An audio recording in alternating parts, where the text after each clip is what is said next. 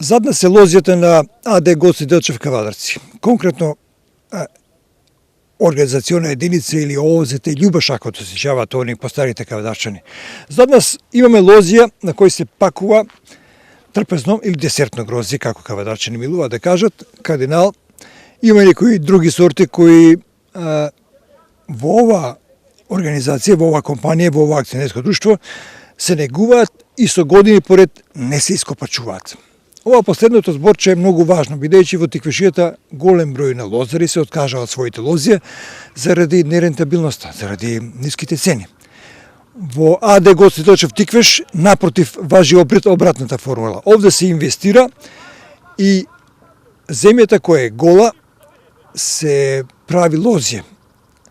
Големи количини на лозови плантажи АД Гоце Делчев изминативе неколку години, би рекол 2 децении, подигнува под вински сорти на грозје, главно на сортите Вранец, меѓутоа и другите популарни сорти во светот на винската индустрија, но и покрај таквата состојба сепак не цветаат рози.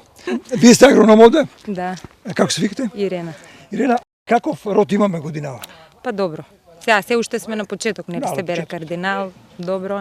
Кардиналот Иако е многу жешко, да, се трудиме да биде, да Колку се може извади ова максимум. жешко да му наштети на ова десертно или трпезно грозје? Па може, да, може. Го стопира развојот на лозата, го запира зрејењето на лозата.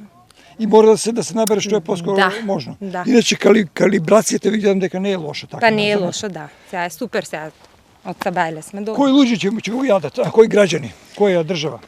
Србија? Србија. Имате Да. традиционално Србија, пазари овде. Србија, да.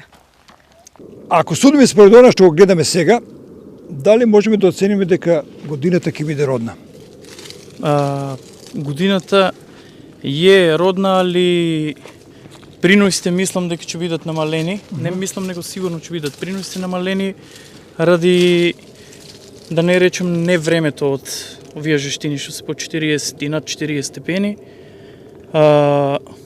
Делови од Тиквишијата мислам дека и че немат грози.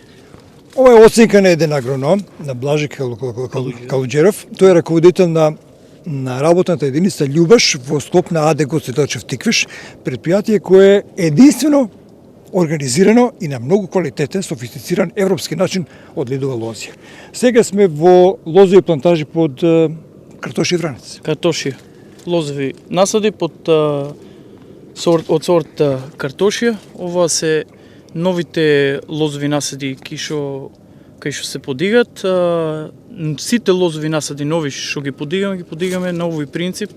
Лимени колци, полесно за работа, за одржување, за машинска берба. Системот капка е по капка. Систем сето е наредено со систем капка по капка. И прихраната е во рамките на водата што е добива. Да. И прихраната оде со самата вода преку самиот систем. Вашето акционерско друштво вложи многу пари за да се добие ваков вид на производство и на грозје. Треба ли во лозарството постојано да се вложува и зошто? Лозарство нормално. Лозарството е исто, да не речем наука, да не речем него е наука ки што трпи секој ден промени. Нормално. Нови има, особено у оној дел ки што треба машински оддел, да не речем лозарството, трпи секој ден промени и ние као фирма се трудиме да ги следиме тие сите новини. Значи, имаме машина од оваа година, машина за дефолијација или нашки кажано машина за лачење лист. Имаме, како што спомнавме претходно, машина за берба на грозје, имаме машини 5-6 машини на ниво на Гоце Делчев имаме за подкршување на лозја или зелена резидба. Имаме машина за кроење. Така да се трудиме колку можеме, Имаме машина за копање.